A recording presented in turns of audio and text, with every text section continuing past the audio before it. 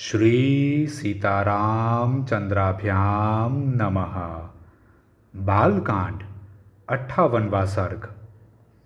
वशिष्ठ ऋषि के पुत्रों का त्रिशंकु को डांट बताकर घर लौटने के लिए आज्ञा देना तथा उन्हें दूसरा पुरोहित बनाने के लिए उद्यत देख शाप प्रदान और उनके शाप से चांडाल हुए त्रिशंकु का विश्वामित्र जी की शरण में जाना।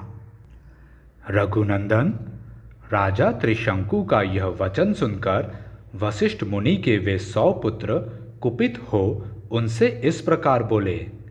दुर्बुद्धे, तुम्हारे सत्यवादी गुरु ने जब तुम्हें मना कर दिया है तब तुमने उनका उल्लंघन करके दूसरी शाखा का आश्रय कैसे लिया?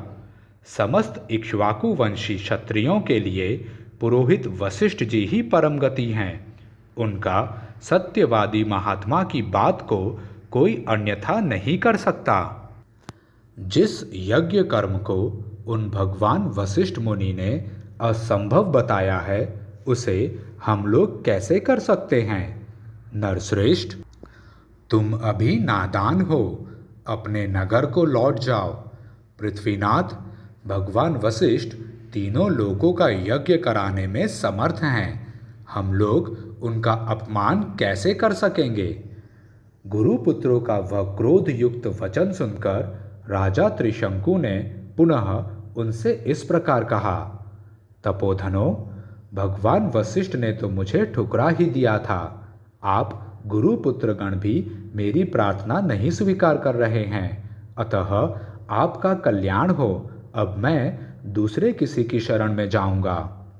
त्रिशंकु का यह घोर अभिसंधिपूर्ण वचन सुनकर महर्षि के पुत्रों ने अत्यंत कुपित हो उन्हें शाप दे दिया। अरे जा, तू चांडाल हो जाएगा। ऐसा कहकर वे महात्मा अपने अपने आश्रम में प्रविष्ट हो गए।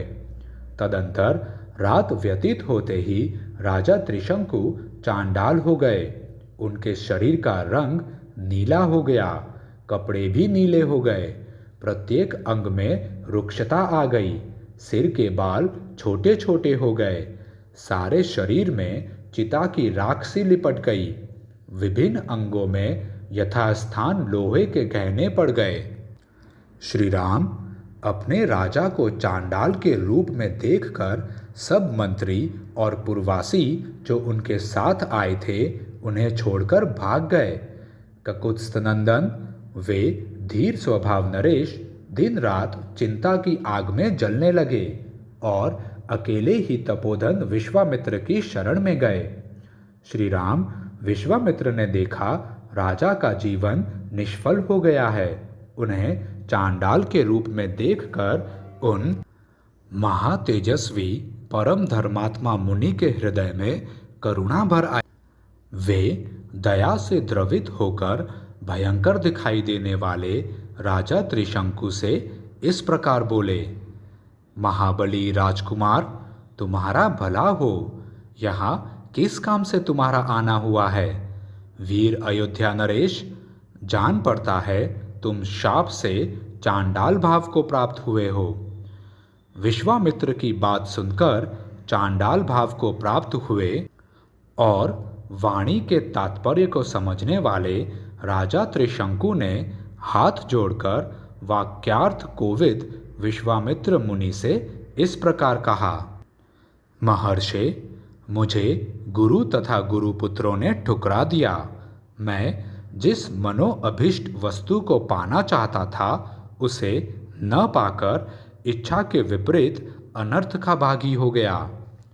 सौम्य दर्शन मुनीश्वर, मैं चाहता था कि इस शरीर से स्वर्ग को जाऊं, परंतु यह इच्छा पूर्ण न हो सकी। मैंने सैकड़ों यज्ञ किए हैं, किंतु उनका भी कोई फल नहीं मिल रहा है। सौम्य, मैं क्षत्रिय धर्म की शपथ खाकर आपसे कहता हूं कि बड़े से बड़े संकट में पड़ने पर भी न तो पहले कभी मैंने मिथ्या भाषण किया है और न भविष्य में ही कभी करूँगा। मैंने नाना प्रकार के यज्ञों का अनुष्ठान किया, प्रजाजनों की धर्मपूर्वक रक्षा की और शील एवं सदाचार के द्वारा महात्माओं तथा गुरुजनों को संतुष्ट रखने का प्रयास किया। इस समय भी मैं यज्ञ करना चाहता था, अतः मेरा यह प्रयत्न धर्म के लिए ही था। मुनि प्रवर, तो भी मेरे गुरुजन मुझ पर संतुष्ट न हो सके। यह देखकर मैं दैव को ही बड़ा मानता हूँ। पुरुषार्थ तो निरर्थक जान पड़ता है। दैव सब पर आक्रमण करता है। दैव ही सबकी परम गति है। मुने, मैं अत्यंत आर्त होकर आपकी कृपा चाहता हूँ। दैव ने मेरे पुरुषार्थ को दबा दिया है। आपका भला हो, आप मुझ पर अवश्य कृपा करें। अब मैं आपके सिवा दूसरे किसी की शरण में नहीं जाऊंगा। दूसरा कोई मुझे शरण देने वाला है भी नहीं। आप ही अपने पुरुषार्थ से मेरे दुर्दैव को पलट सकते हैं। इस प्रकार श्री वाल्मीकि निर्मित आर्ष रामायण आदि काव्य के बालकांड में 58वां सर्ग पूरा हुआ। जय श्री राम।